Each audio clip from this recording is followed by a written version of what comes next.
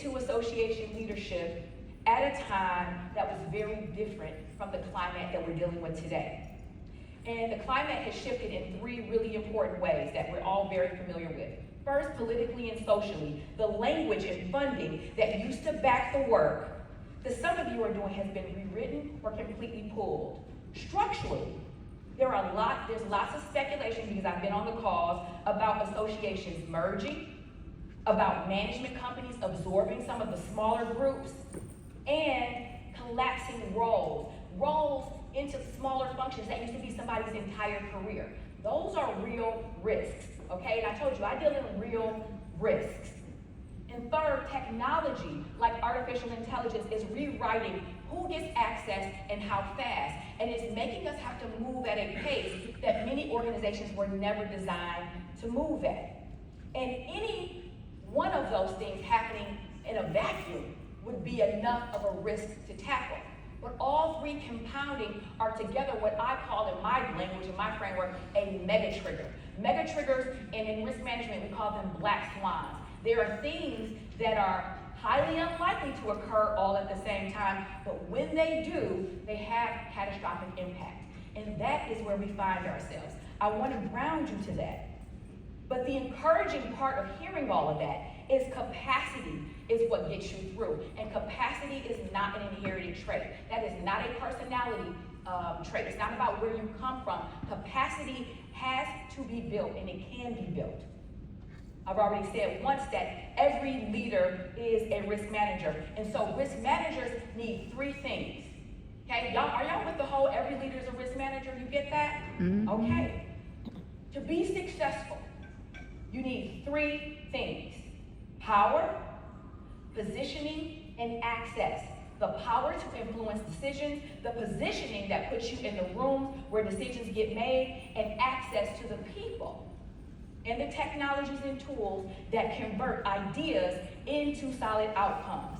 Now I want to give you another little short piece of history, because as a risk manager, again, I always brag that I can see around corners, but I can only see around corners because I know history.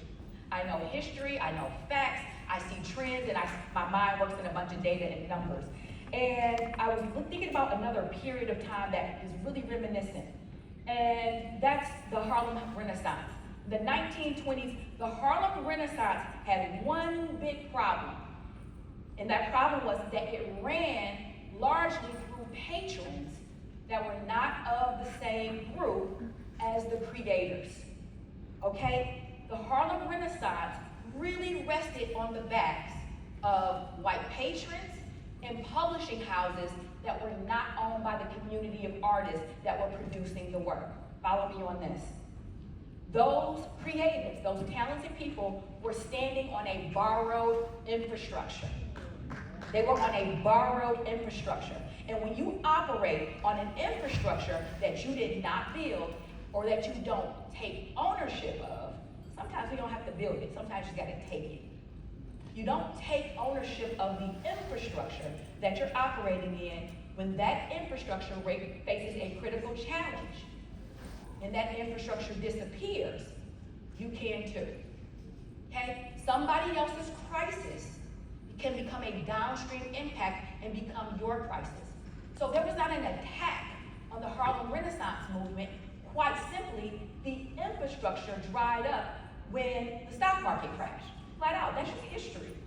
The stock market crashed and somebody else's infrastructure collapsed under the weight of a beautiful movement, and that movement largely went with it, okay, in the way it was showing up. But that's why I believe it is so important right now to not repeat history in that way, and to protect our power, our positioning, and our access. Protect the power. In this climate where funding is shifting from under you, don't let your influence live inside of language that can be legislated and defunded away.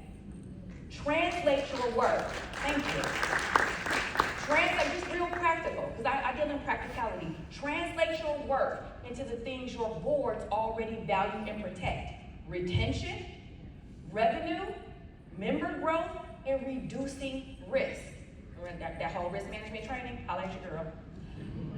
Build a personal board of advocates across the global business industry. See, I have the privilege of speaking in many, many places, and I see y'all here at ASAE events. I see you all, but I don't see you when I go to CVent sometimes.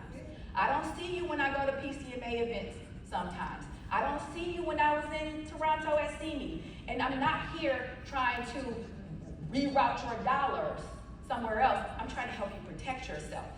Diversify. Okay? Let's go. Protect your positioning. In an industry that is consolidating, because I'm from Detroit, I've seen the automotive industry consolidate. In an industry that is consolidating, your standing cannot live in a single seat. Sherry said this earlier. Diversify your positions.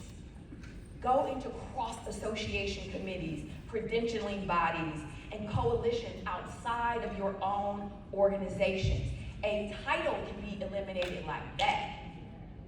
Your credentials cannot, and your visibility cannot, if you are diversified in multiple places. And lastly, you have to protect your access. As AI begins to reshape who gets in the door, you have to protect your assets. And I want to say one thing.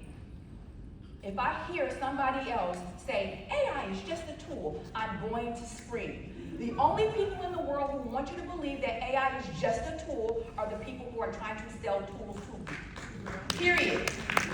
Period. The only people that want you to believe that have something to sell. This is a word I've been waiting to use in my English vocabulary. AI is an epoch. AI is a revolution. And the minute you treat it less than that, you will miss the moment. Use AI, leverage AI with discipline to rewrite your organizations, to rewrite yourself if you need to. You have a friend, an epoch, a revolution in your pocket now. That is an amount of access some of us may never be given again.